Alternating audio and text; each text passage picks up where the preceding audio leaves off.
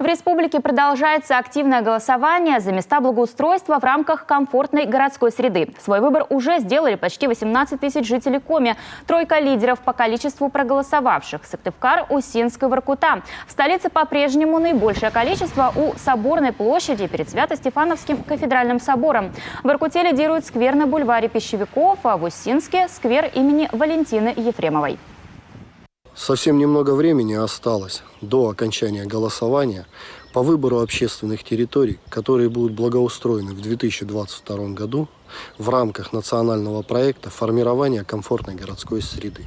Напомню, в Усинске на выбор в этом году предлагается сквер имени Валентины Ефремовой, территория возле памятника Комару, а также парк Победы в селе Усть-Уса. Прошу каждого из вас сделать свой выбор и проголосовать за ту территорию, которая вам ближе. Только вместе мы сможем сделать наш город лучше.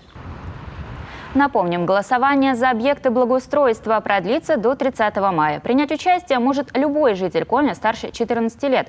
Для этого достаточно зайти на сайт 11городсреда.ру или посетить информационные точки в муниципалитетах-участниках.